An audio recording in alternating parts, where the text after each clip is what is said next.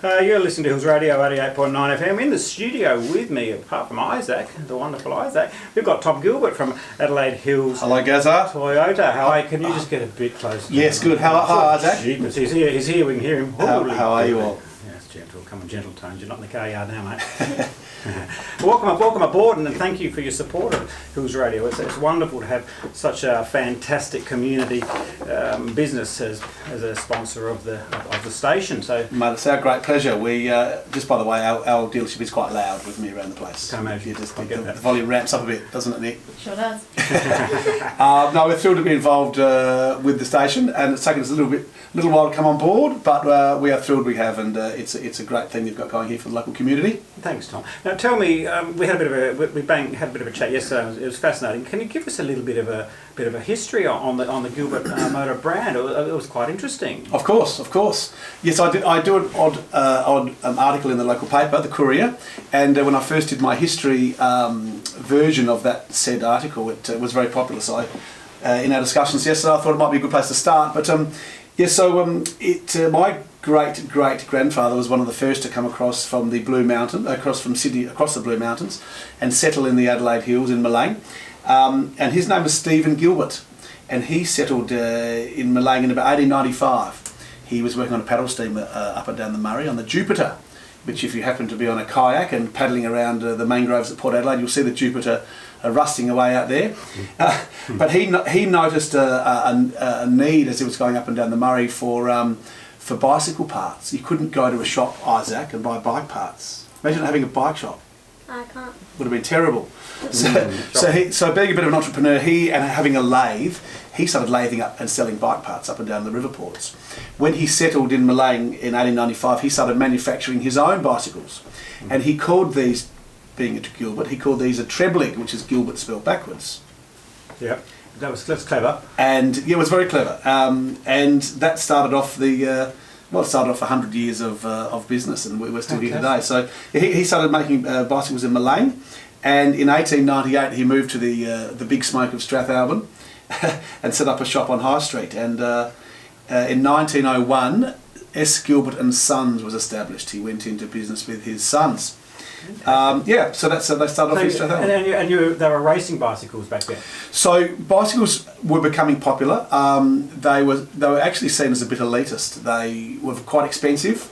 Mm-hmm. People would save up months of their salaries to buy a bicycle, and with that came obviously people being people. It became competitive, and they started racing their bikes. And they'd often race. I've got my grandfather's race diaries where he would race from Strathalbyn to Langwong Creek, return, and we'd get prize money. Mm-hmm. And the Stephen's son Wally became quite entrepreneurial, and he would sponsor the races. Cool. So they had a treblig cycling team. I've got a really cool photo in the showroom if anyone's going past and wants to have a look at our mural. There's 4 all well-known names like Crosses and a couple of other fellas. I'll forget their names. I'll come back to you. Ask me on that one later. Yeah. But all local names from down at Stratham, Malang, wearing these beautiful woolen tops saying treblig cycles. Yeah. And so the reputation of the treblig cycle grew pretty wide around the state. Cool. Yeah. I reckon that's a fantastic segue though. What do you reckon? I've managed to dig up something. You haven't got a cycling side. I have got a cycling. I've actually dug deep here, really, really deep. And I found the mixtures. Remember them? No, you probably. Yeah. I'm too young. I'm too young to remember the mixtures, but you probably would remember. I'd remember them. The push bike songs. So I'm going to bang that on now. Do it. And you're going to stick around for a while. I'd love to if you'll have me. Yeah, we'll put up with it for a bit longer. What do you reckon, Isaac? A bit longer? That's the right word. It's up to you, Isaac. I think. Yeah, okay, he's paying You're in so much trouble, mate. Here we go. Hills Radio 88.9 FM. You're listening to Hills Radio 88.9 FM, and we are lucky enough to have Tom Gilbert, our sponsor for Hills Radio 88.9 FM from Adelaide Hills Toyota. Tom, you were banging on before the push bike song. Thank you. No, it was good. It was interesting. People were getting right into it. The phone has not stopped ringing. You're right. We've had to put on silent. It's been fabulous. Now I've lost my train of thought. Where were we? Sorry, we're talking about push bikes. Talking a bit of history. A little bit of push bikes. Originally, you guys were into the push bike thing. How did you get into cars? Good question. Well, as a garage and a home of repairing and looking after and maintaining vehicles and personal transport, General Motors approached my great grandfather to offer them two dealerships, one in Mount Barker, one in Strathalbyn. So they took that in 1926. In 1927, my grandpa Roy, at aged just, the young man of 18, drove from Strathalbyn, and he actually lived in the pub across the road here, Gary. Oh, nice. He's not there anymore. He probably propped up the bar. He may well have. So that's 1927, lived in the pub across the road, and he built Gilbert Motors up the top of the road here on the corner of Adelaide Road and Gawler Street. And that's up where Millie's? Next door to Millie's. The building's not there anymore. Okay. And from there, basically, we acquired a Mitsubishi and Toyota in 1983. That continued on for 20, 30 years, and in the mid 2000s, we had a bit of a clean up and relinquished some of those dealerships, and we kept the pride of the fleet, which was Toyota. Yeah, still they want to feel. Yes, and last year, my wife Sally and I bought Adelaide Hills Toyota from the family. Okay, so it's still family owned? Correct. So 5 generations, yeah. That's fantastic. It's still privately owned, family owned, and well, you've been here forever, so I imagine you're going to be here for a lot longer yet. And still employing about 60 people in the town. So we've employed, at one stage we were the largest employer in Mount Barker, but we've since been overtaken by the District Council of Mount Barker. I bet there's a lot more productivity out of Adelaide Hills. Well, you would hope so. Being a private enterprise. Am I allowed to say that on the radio? No, I think I just did, didn't I? We're very lucky. We have a very good and ambitious district council. We're lucky to have such a good council. But yeah, no, we love it. We love the business. We love the product. I'm on dealer council, so I'm privy to a lot of stuff that goes along in the background of the manufacturer, and I must tell you, they're very progressive. What they're thinking of, the alternate technologies, the alternate ownership structures of motor cars. There's a lot happening in Toyota at the forefront of it. Yeah. The curious thing, the hybrid motor cars, the electrics and the plug-ins and all that sort of stuff. I've often wondered, because South Australia, Adelaide, has the highest power costs. Yes. Are they a viable thing? Are they a good thing? The hybrids aren't new. Good question. Hybrids aren't new. They're doing hybrids 100 years ago. But they faded out. And in the year 2000, Toyota released their first hybrid, which was a Prius, and that was 20 years ago. They've since sold 1 million hybrids, and now everyone is scrambling to produce a hybrid. Yes. So Toyota are now on selling their old technology to other manufacturers.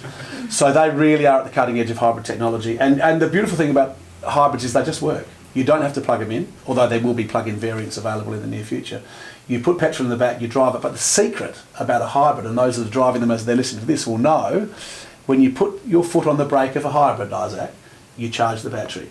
So the energy that you've used to get up to speed is not wasted. You're harnessing that in the battery, and that battery then releases the energy with an electric engine, and they work beautifully. They're very reliable. I got into a cab in Cairns a couple of years ago, and the Prius had done 480,000 kilometres on its original battery, original engine. So the reliability is terrific, as you'd expect from the Toyota product. But no, they just work. So they're a good thing. They're a great thing, but then this is not the end game.